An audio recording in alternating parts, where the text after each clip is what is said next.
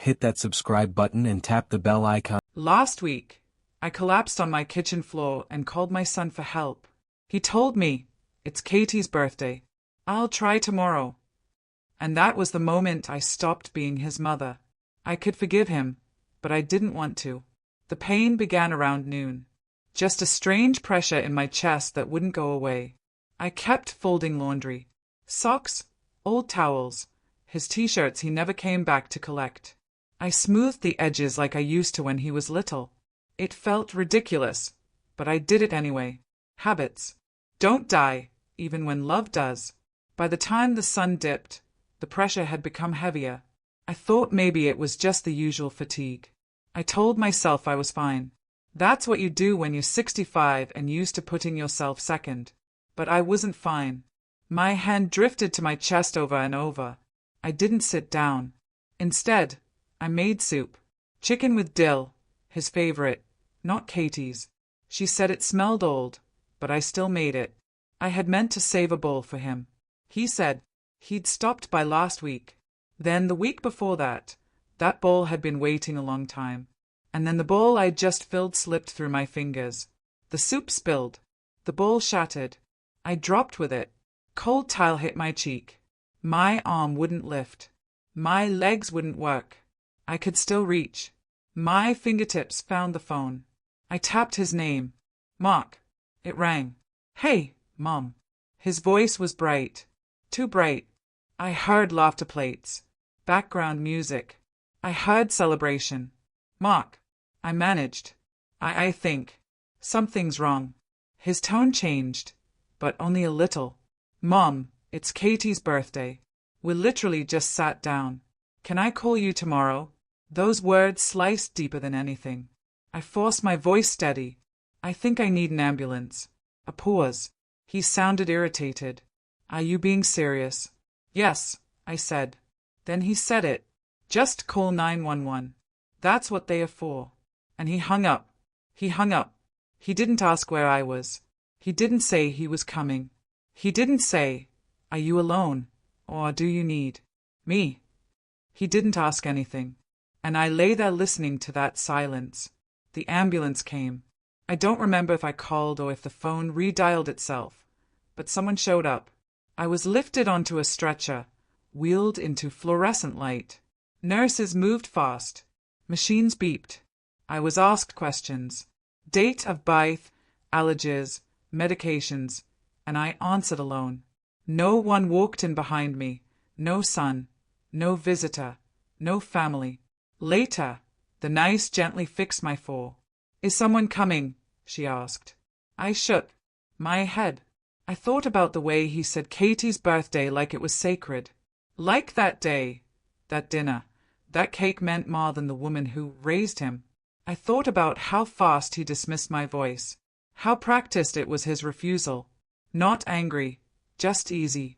He didn't ask which hospital, didn't ask what I needed, didn't say hang in there. He didn't say anything that showed care. Just call 911. I used to cancel work to sit beside him with a fever. I used to bring his homework to school when he forgot it. When he crashed his first car, I took the blame for letting him borrow it. When his rent was late, I paid it. When his fridge was empty, I stocked it. I was there. I thought about the time he called crying when Katie was threatening to leave. I stayed on the phone, listened to his fears. I reassured him. I didn't hang up. I didn't say, "I'm busy." He told me, "I'll try tomorrow." I wanted to scream, but the machines were quiet, and so was I. My anger didn't come loud. It came slow, cold, deep. I remembered every birthday I planned for him, every Halloween costume I made, every time I skipped meals to make sure he had what he needed. I remembered how I celebrated every one of his successes, and how I protected him from every one of his failures. When Katie lost her job, I covered their bills. When they fought, I consoled them both. I never got a thank you. I didn't ask for one. I just hoped that one day he'd show up when it counted. And when it did, he didn't. He picked dinner over me. He picked laughter over my pain. He picked a cake over a crisis. Resentment doesn't roar. It builds. It notes every word. Mom, it's Katie's birthday. So, I was your mother before she ever met you. We literally just sat down. So, I was lying on the floor. Can I call you tomorrow? No. Tomorrow won't save me. Are you serious? Do you think I would call you if I wasn't? Call 911. That's what they're for. And what are you for, Mark? He didn't ask how I felt. He didn't ask what had happened. He didn't even offer to call back later. He just left me there, a burden, an interruption. And maybe that's what I'd always been to him. Not a person, not a mother, just the woman who filled in the cracks, cleaned up the mess, and kept things from falling apart. I stayed awake in that bed all night, watching the hallway, watching the clock. He didn't come. Not even a message. He left me there like I was no one. And that's when I understood I had already been no one. For a long time. I didn't cry. I didn't fall apart. I just stayed at the door he would not walk through. And I decided if he ever did come, I would not let him in. Not anymore. He chose that dinner. He chose cake over crisis. He chose hoe over me. I had chosen him every day for 35 years. But not anymore. I chose myself. They say the second night is worse. The adrenaline wears off. The silence sinks in. The heart stabilizes, but the soul doesn't. I lay in that hospital bed, machines murmuring, steadily beside me, and I thought of nothing except that call, not the diagnosis, not the nicest soft voice, just that phone call. The way he said, "Can I call you tomorrow?" echoed louder than the EKG beeps. It repeated in my mind like a cruel lullaby. Every word wrapped itself around my chest tighter than any wire. I closed my eyes and tried to sleep, but I couldn't because I wasn't just hurt. I was erased. When I opened my eyes again, the room was still dark. No visitor's chair pulled close. No flowers on the tray. No warm face leaning in to say, "I'm here." Just me. Just this errand-conditioned emptiness. I pressed the nice call button, not for help, just to remind myself someone could still respond when I reached out. She came in, quiet shoes on cold linoleum. "Do you need anything, sweetheart?" I almost asked her to sit with me. Instead, I said, "No, thank you," and turned my head away because even kindness felt sharp now, like a reminder of what I wasn't getting from the person I wanted it from most.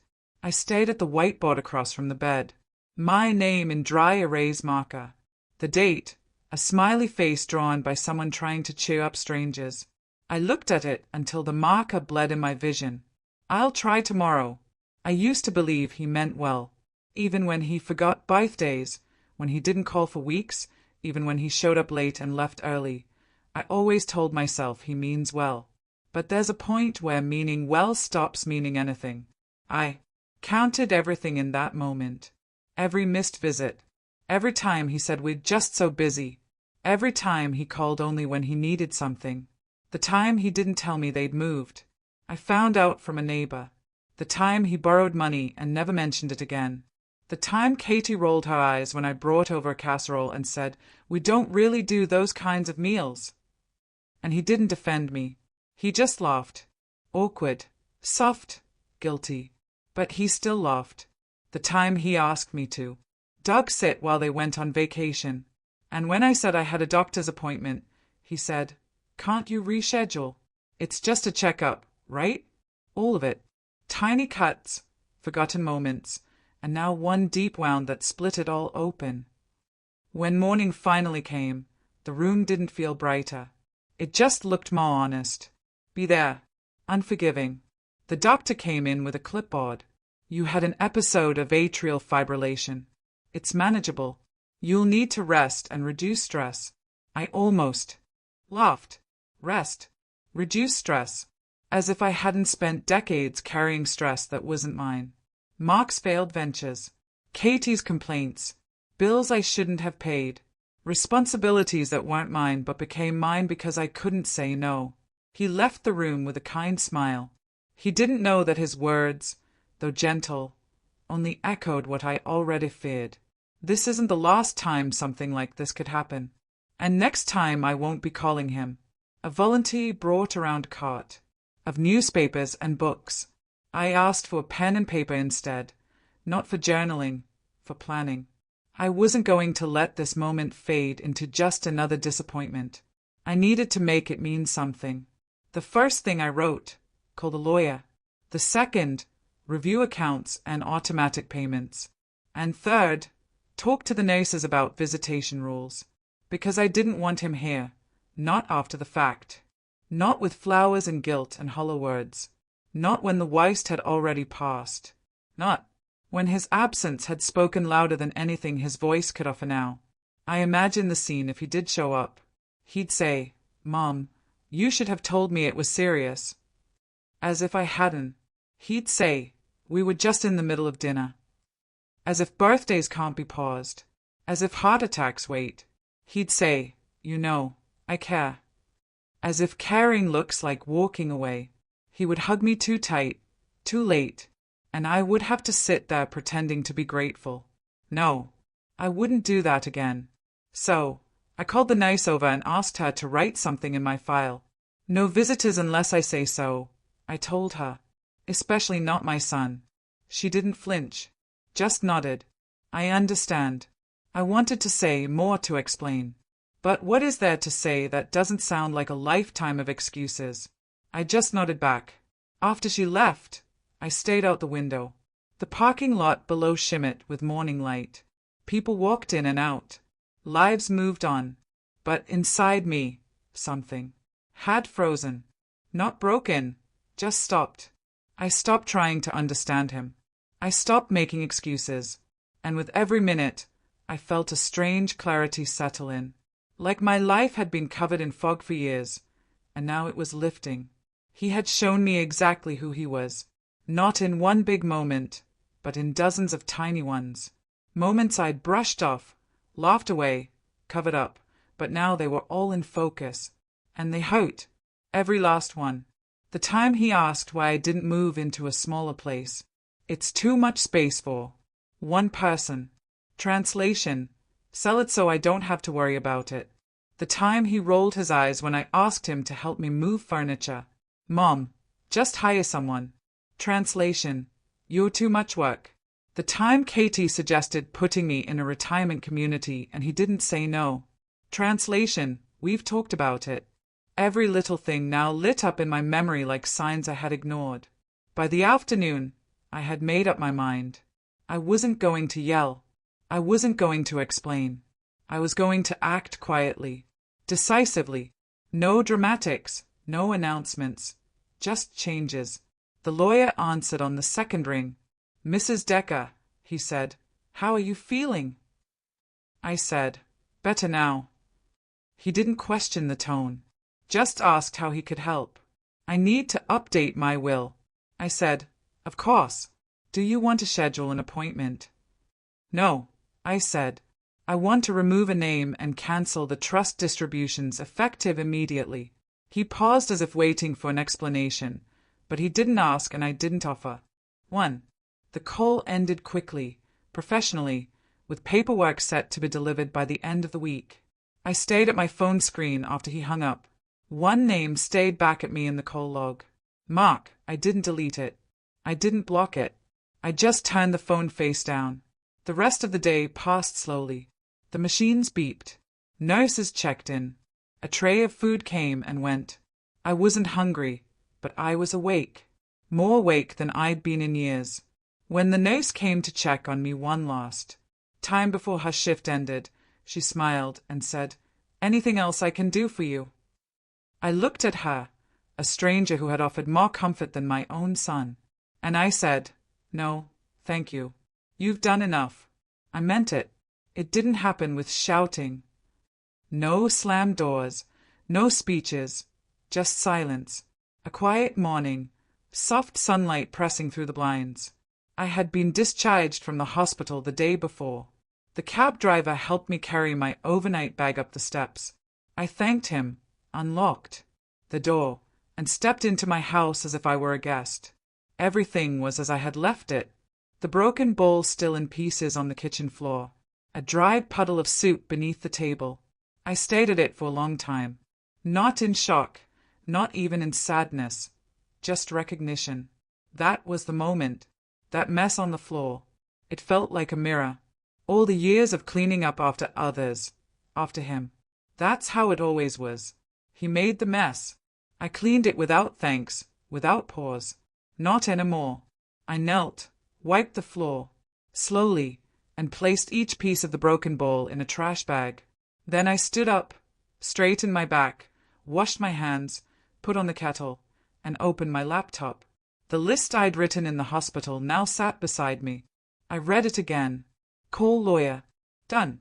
Stop automatic payments in progress. Block access to joint accounts today. Remove spare key from front porch now. It was a quiet kind of revenge. Not fueled by rage, but by something steadier. The decision to stop offering pieces of myself to people who only noticed when I was missing. I logged into my banking app. Each tab I closed felt like releasing a chain. The fund paused. Rent transfer cancelled.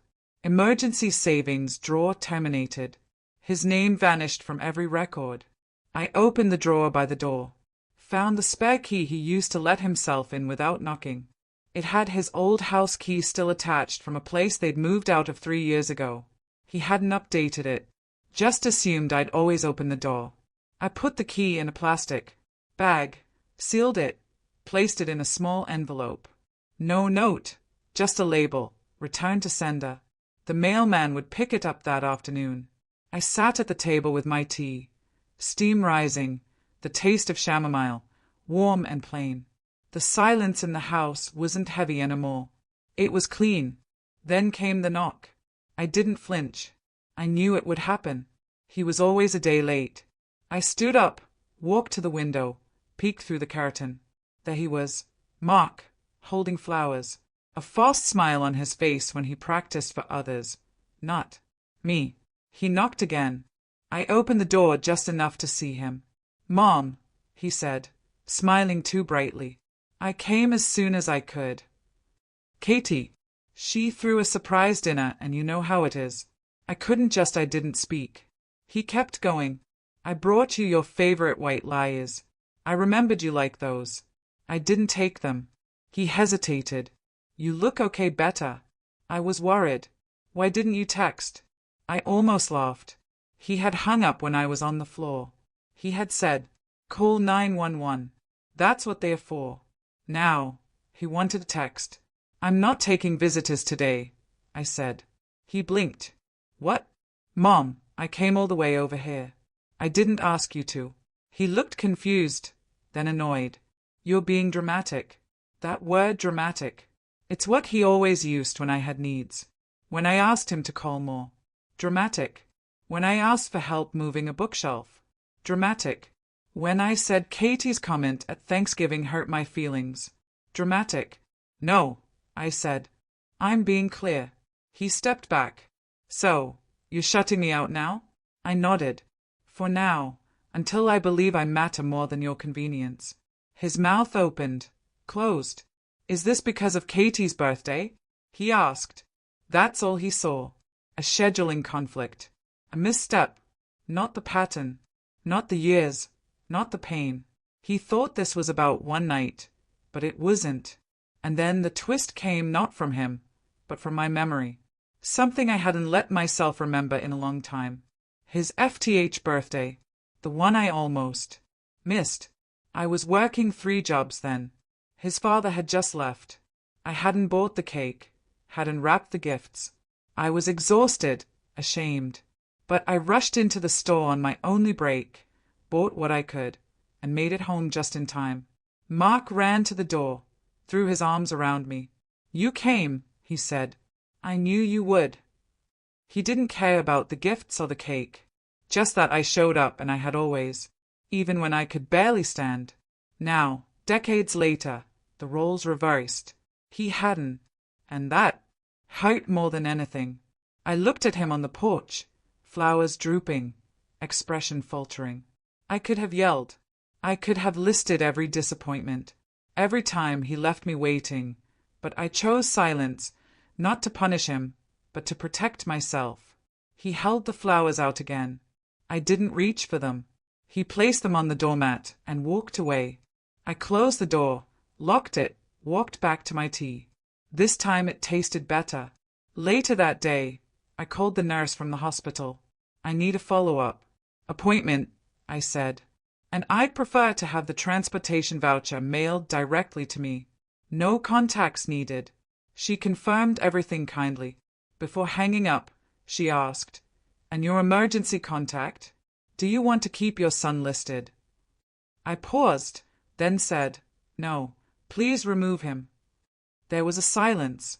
Then she said, "Understood." I ended the call. Then I stood in front of the living room shelf. The photos lined up in a row. Graduation, birthday parties, holidays. I picked up one. Frame. Mark at 5 years old, covered in frosting, smiling. Safe. I put the photo in a drawer. Then another. Mark at 17. Cup and gown.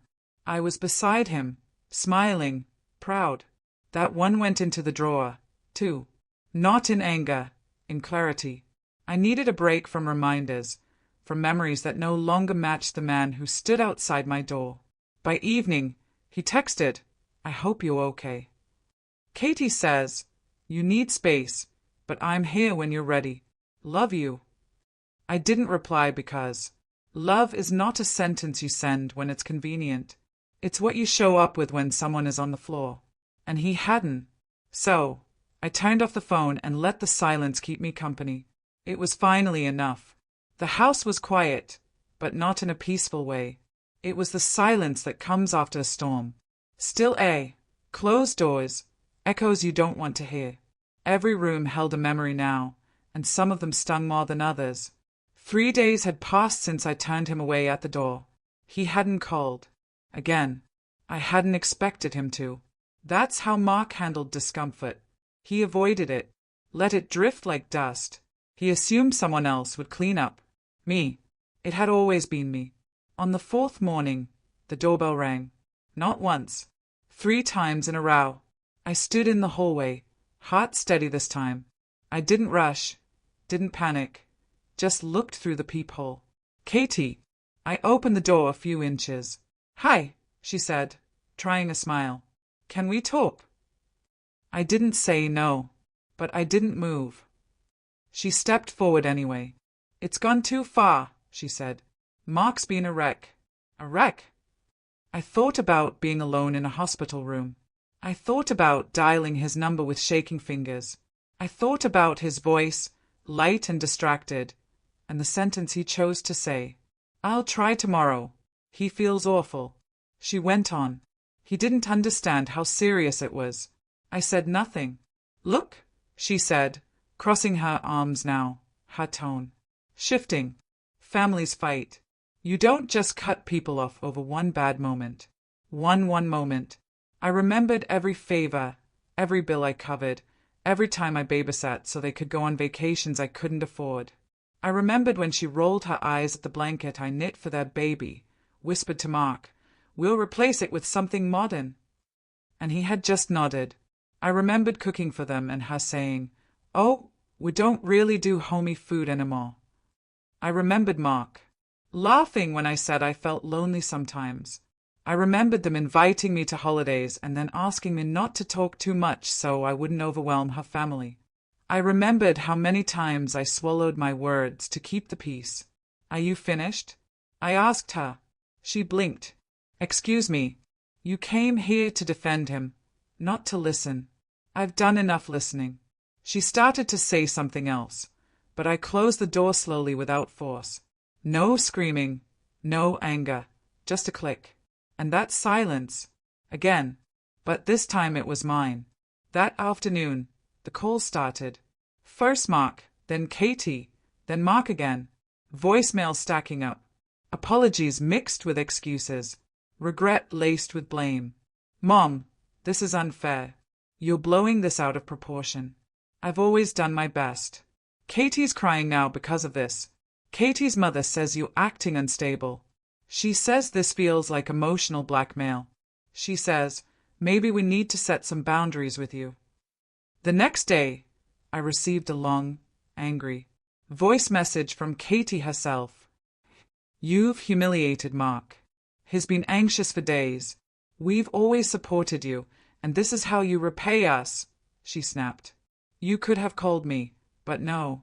You'd rather play the victim and punish us like this.